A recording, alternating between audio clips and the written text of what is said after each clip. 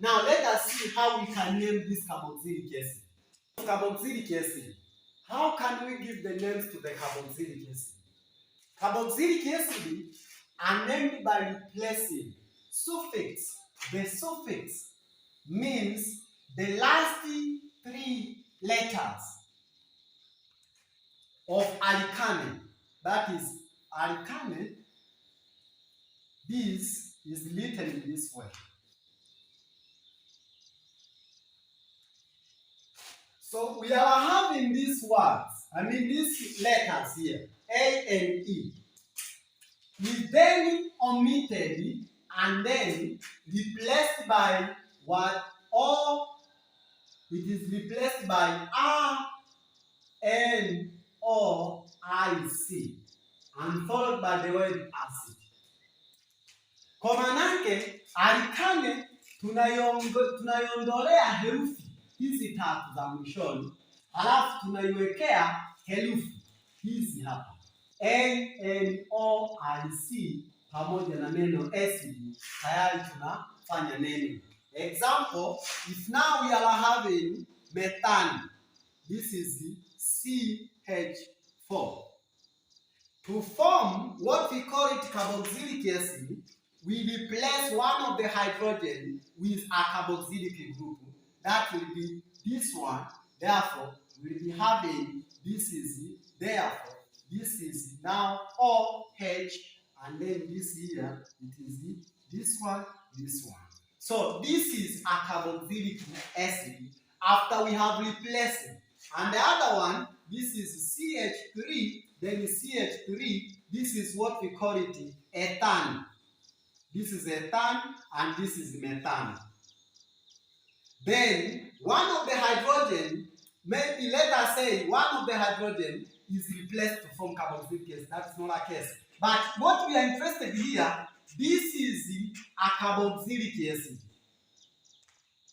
In naming, the one that having one carbon is written as meth.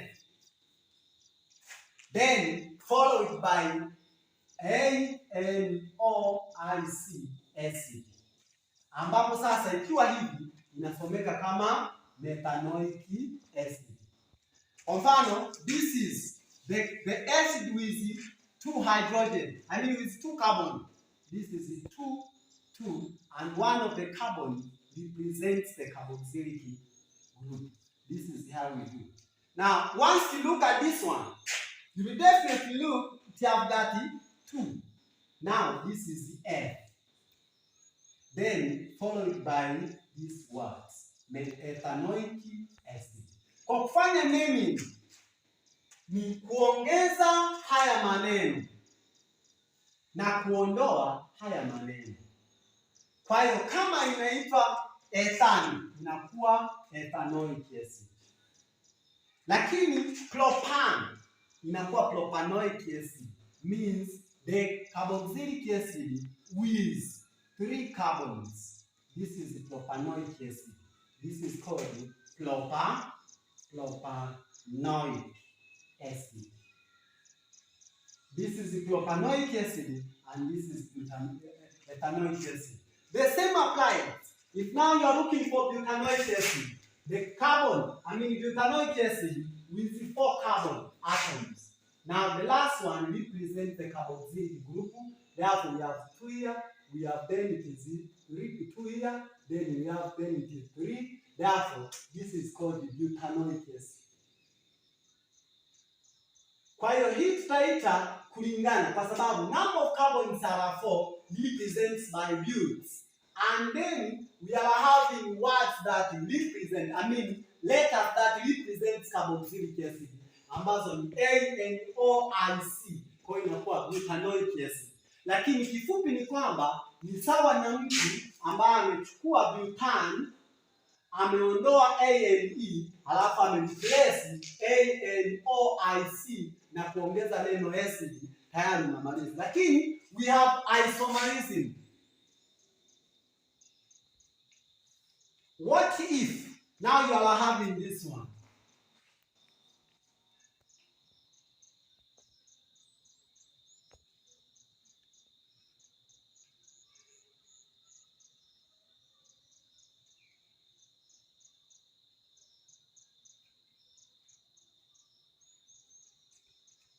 This is an isomer.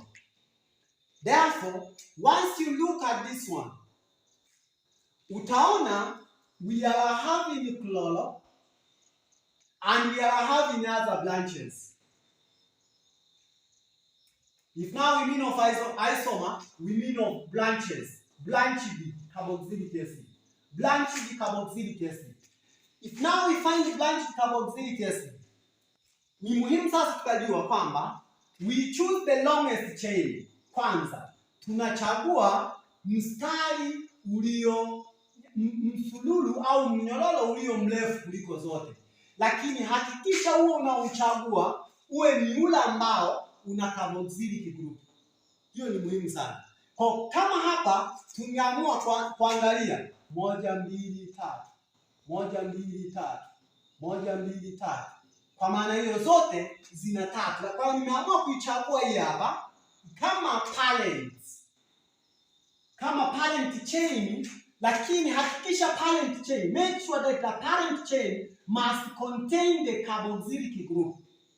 Tofauti na hapo hakuna iwezekani. Kwa hiyo lazima uhakikishe ile ndefu kuliko chain ambayo unaichagua ni ndefu kuliko zote iwe na functional group ambayo ni carboxylic group.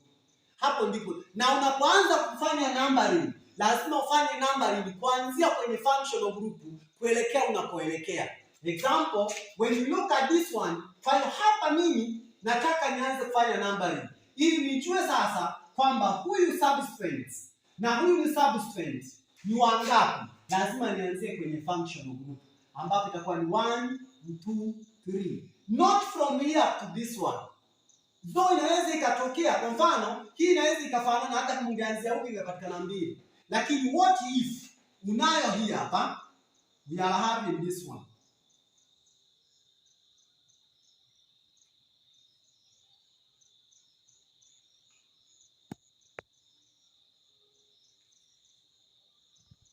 You are having this one. When you start here, this is the longest chain ambao nimeamua kuchoose, na nimesema you are choosing this one. We are choosing this one simply because it consists what we call it a functional group. If it has no functional group, you are not supposed to choose as it is as a parent chain. A parent chain must consist what we call it a functional group. In absence of the functional group, that is not a parent chain. Kwa lazima parent chain iwe na functional group.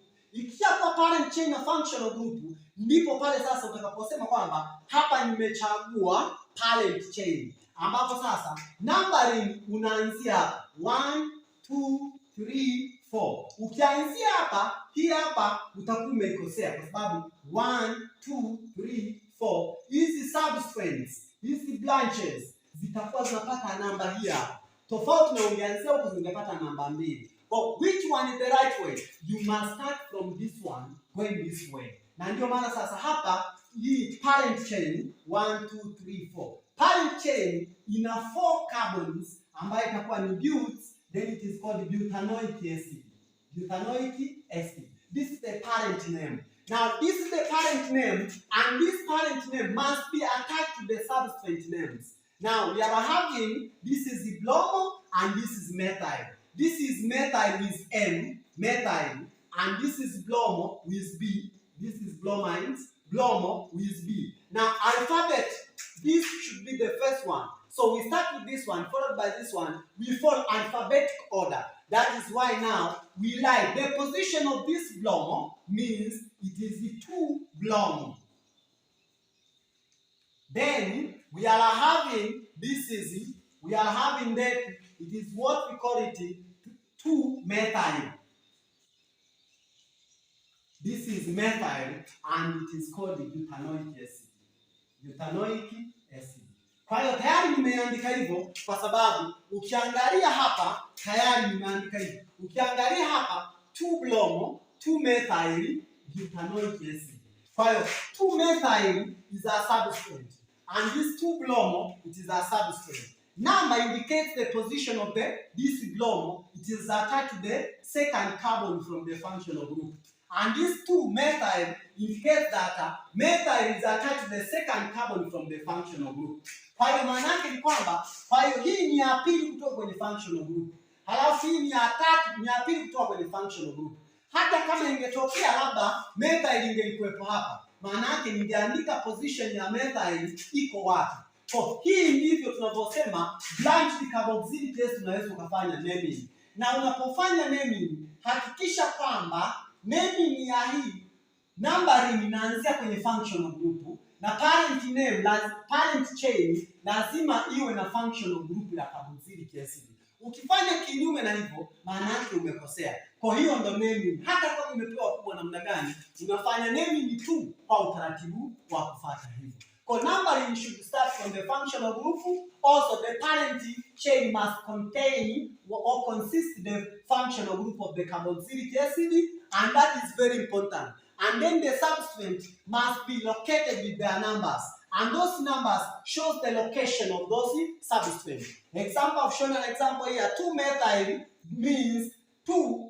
At the carbon, the second carbon, that was what we call it methyl. And at the second carbon, that was what we call it blonde. So this is to show the location of those substituents. And also this is to show that butanoic acid, it is a parent name, means that the longest chain was having 4 carbons. And that is what I've written here.